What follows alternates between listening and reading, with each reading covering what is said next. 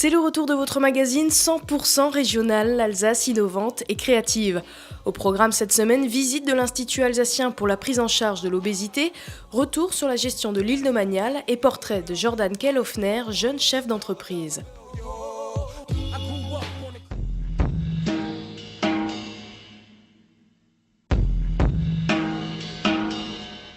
En France, 6,5 millions de personnes sont concernées par l'obésité, soit 15% de la population. Si de nombreuses campagnes ont été initiées par les gouvernements, les Français grossissent toujours.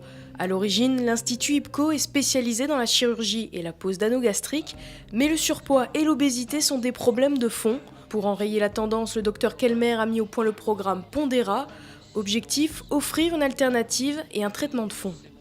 La mise en route d'un institut comme ça a été aussi la constatation de qu'est-ce qu'on fait pour gérer le poids des gens, même en dehors de la chirurgie. Quand on a opéré les gens, puisque ça a été une grande demande, parce que pour une personne qu'on va opérer, il y a autour de cette personne plein d'autres personnes qui ne sont pas au clair avec leur poids et qui ne sont pas justifiables forcément d'une intervention. Donc on se retrouve avec des demandes qui étaient différentes de celles de la chirurgie et que finalement, quand on se pose la question, qui s'occupe du poids dans un pays comme la France, par Oued-Touadchir et Ducamp, moi je ne connais personne.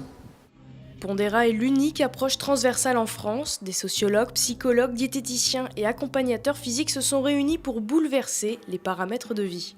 C'est très compliqué de réussir à changer les habitudes de vie. D'où l'importance de ce programme qui va nous permettre de changer à chaque fois, par étapes, des petits bouts du mode de vie pour arriver à un moment donné à avoir bien changé le mode de vie de la personne. Mais ceci se fait par étapes et c'est individualisé à la personne.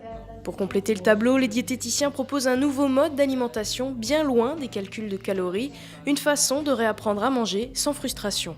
Et ces régimes, ils sont basés sur la restriction alimentaire. Donc forcément, à un moment donné, n'importe quelle personne normalement constituée va craquer parce qu'on enlève des aliments qu'on aime et dont on a besoin. Les patients qui arrivent dans notre centre, lors du premier bilan, je leur demande les aliments qu'ils aiment. On met de côté ceux qu'ils n'aiment pas automatiquement. Et on se base sur leurs préférences alimentaires. Donc déjà, on part d'un point positif pour eux parce qu'ils ne ressentent aucune frustration. L'entreprise alsacienne développe actuellement un logiciel interactif permettant d'exporter le programme Pondera et ainsi suivre les patients en dehors des salles de consultation.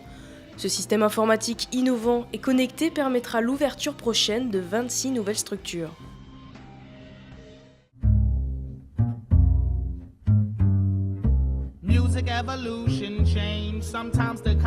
Depuis 2010, la région Alsace assure la gestion du domaine fluvial de l'île, de Colmar à Strasbourg.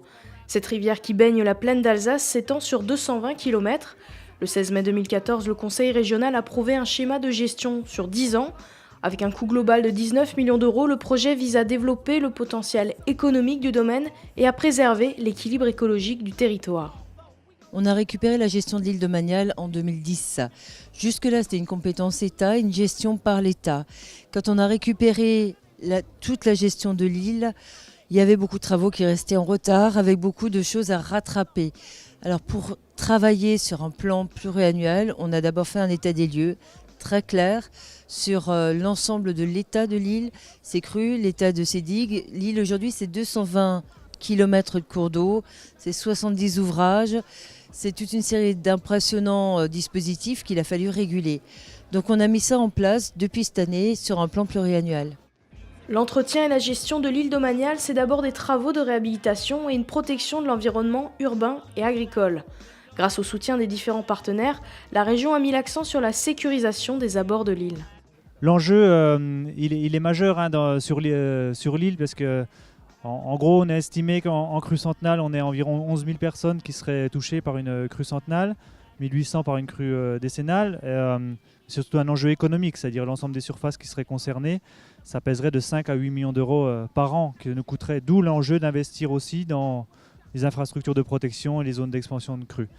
Tous ces barrages-là ont été créés historiquement, c'est-à-dire qu'ils avaient différentes utilités. Certains, c'était pour la gestion contre les crues, d'autres, l'irrigation, d'autres enjeux, la production hydroélectrique. Maintenant, les usages ont évolué et du coup, tout l'enjeu du schéma de gestion, c'est bien de concilier ces différents usages, à la fois cette protection contre les crues, les utilisations touristiques, récréatives, agricoles, avec la protection contre la protection des milieux aquatiques. Parmi les autres enjeux du schéma de gestion, le développement économique, la rivière possède un fort potentiel touristique et hydraulique. Sur les 220 km de cours d'eau, plusieurs centrales hydroélectriques tournent à plein régime, une particularité encouragée par le conseil régional comme à Échaud, où M. Bussini gère depuis 40 ans la centrale. L'installation peut produire 800 kWh net. Et actuellement, on tourne à peu près à 700 parce qu'il y a un léger manque d'eau net. On maintient le réseau net. Avant que la centrale soit automatisée, tous les jours, il y avait des coupures de courant net. Le matin à 7 h, quand certaines usines remettent en route, il y a une coupure. Et depuis que nous, on a l'installation qui est aux normes et qui marche bien net, il n'y a plus de coupure. Il n'y a plus aucune coupure dans l'année, à moins qu'il y ait un court-jus, qu'un mec arrache un câble ou n'importe net. Mais les coupures, baisse de tension, ou ça n'existe plus net. En tirant profit du potentiel de l'île, la région Alsace favorise le développement économique et touristique du territoire, tout en préservant l'environnement.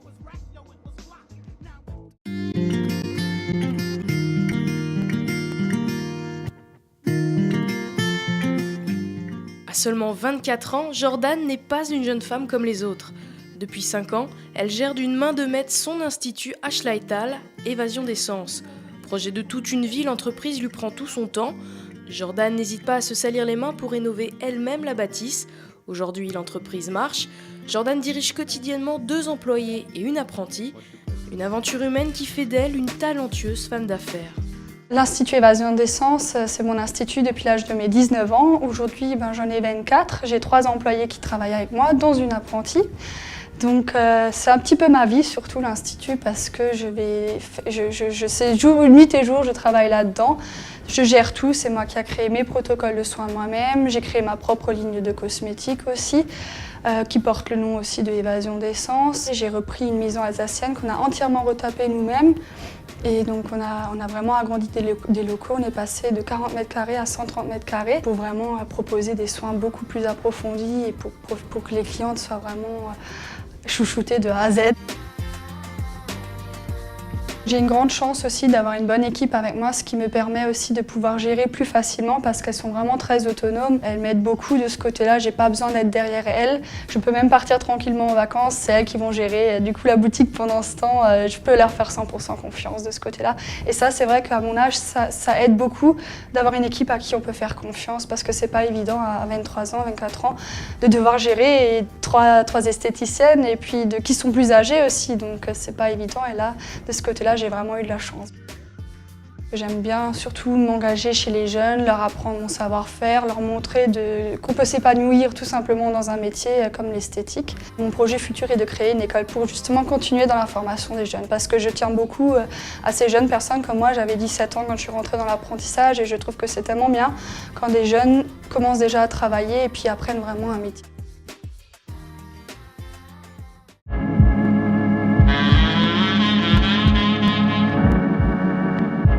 Fin de ce 26e numéro de l'Alsace innovante et créative. Alsace20.tv pour le replay. La semaine prochaine, portrait d'Odile Meisterlin, jeune talent au cœur de l'orchestre symphonique de Mulhouse.